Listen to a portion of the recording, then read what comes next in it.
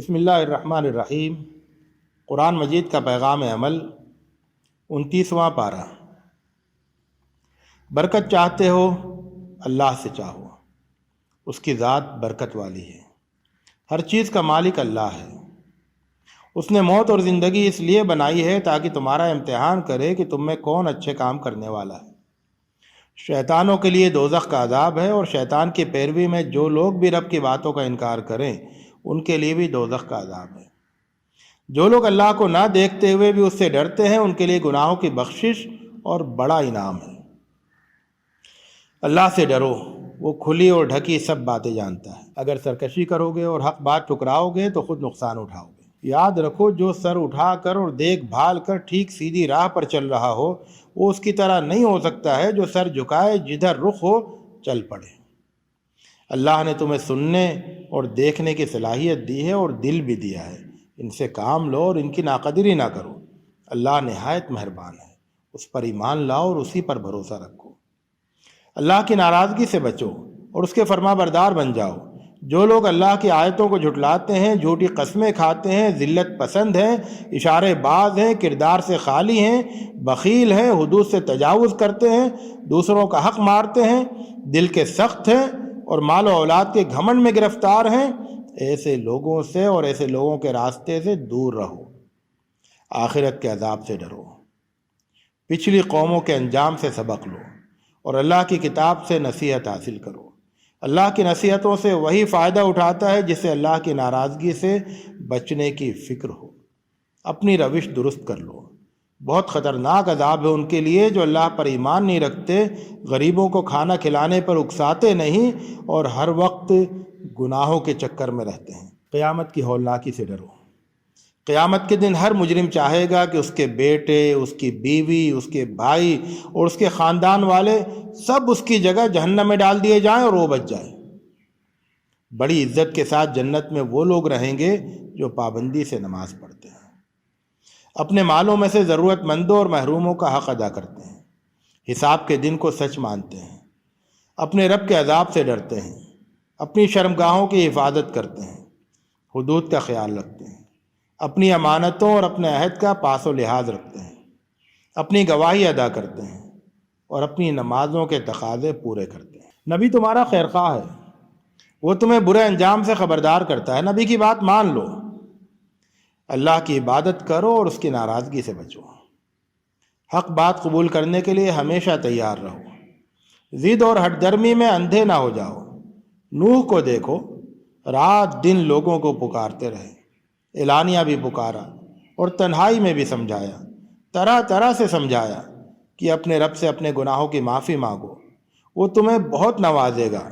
مگر لوگوں کی ہٹ درمی دیکھو کہ نبی کی دعوت سے بھاگتے، کانوں میں انگلیاں دے لیتے اور کپڑے لپیٹ لیتے، نبی کی نافرمانی کرتے اور شیطانوں کی اندھی اطاعت کرتے، نبی کے خلاف چالیں چلتے اور لوگوں میں گمراہیاں پھیلاتے۔ رب کے فرما بردار بنو، یہ تمہاری زندگی کا سب سے اچھا فیصلہ ہوگا۔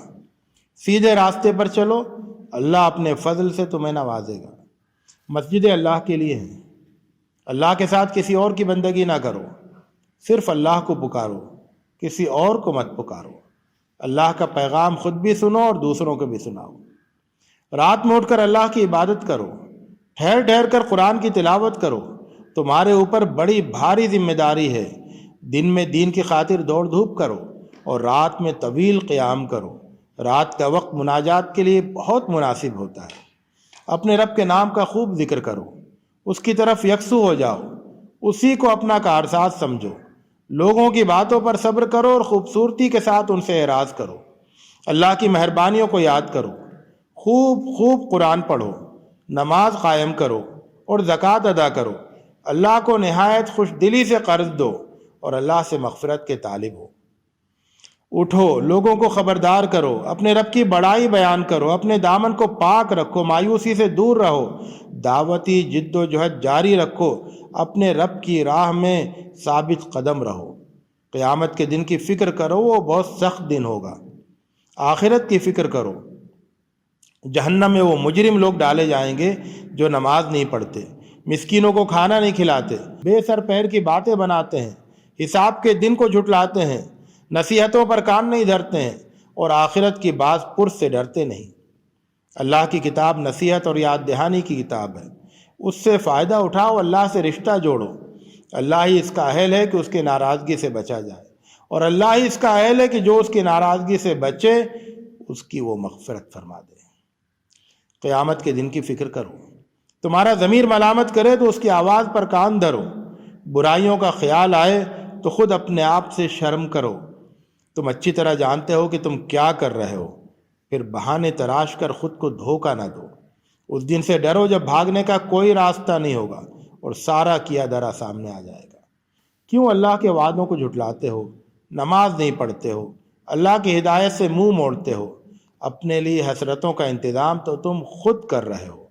اگر تم یہ سمجھ بیٹھے ہو کہ تم سے حساب نہیں لیا جائے گا اور تمہیں یوں ہی چھوڑ دیا جائے گا تو تم بڑے دھوکے میں ہو۔ اللہ نے سیدھا راستہ دکھا دیا ہے۔ اللہ کے اس احسان کی قدر کرو اور ناشکری نہ کرو۔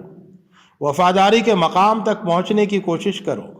اللہ کے وفادار بندے اپنی ذمہ داریاں پوری کرتے ہیں، قیامت کے ہولناک دن سے ڈرتے ہیں، اپنے پسندیدہ کھانے مسکینوں، یتیموں اور قیدیوں کو کھلا دیتے ہیں اور صرف اللہ کی خوشنودی کے لیے کھلاتے ہیں۔ نیکی کے کام کرتے ہوئے بھی قیامت کے خوف سے کانپتے رہتے ہیں، دین پر استقامت کے ساتھ جمے رہتے ہیں اور اللہ کی راہ میں خوب دوڑ دھوپ کرتے ہیں۔ اللہ کے ہاں ان کی دوڑ دھوپ کی ناقدری نہیں ہوگی۔ اللہ نے یہ قرآن بڑے اہتمام سے اتارا ہے، اس کی قدر کرو، دین پر جمے رہو اور کسی بد کردار اور ناشکرے کی بات کو وزن نہ دو۔ صبح و شام اپنے رب کے نام کو یاد کرو، رات میں اس کے حضور سجدے کرو اور دیر رات تک اس کی حمد و تسبیح کرو۔ یہ کوئی دانائی نہیں کہ اپنی ساری دلچسپیاں اسی دنیا میں مرکوز کر دو اور آنے والے دن کو یکسر فراموش کر دو جو نہایت کٹھن دن ہوگا۔ اللہ کی یہ کتاب بہترین نصیحت ہے، اس سے فائدہ اٹھاؤ اور اپنے رب کی راہ اختیار کرو۔ اللہ کی رحمت کے طلبگار بنو اور ظلم کے راستے سے بہت دور رہو۔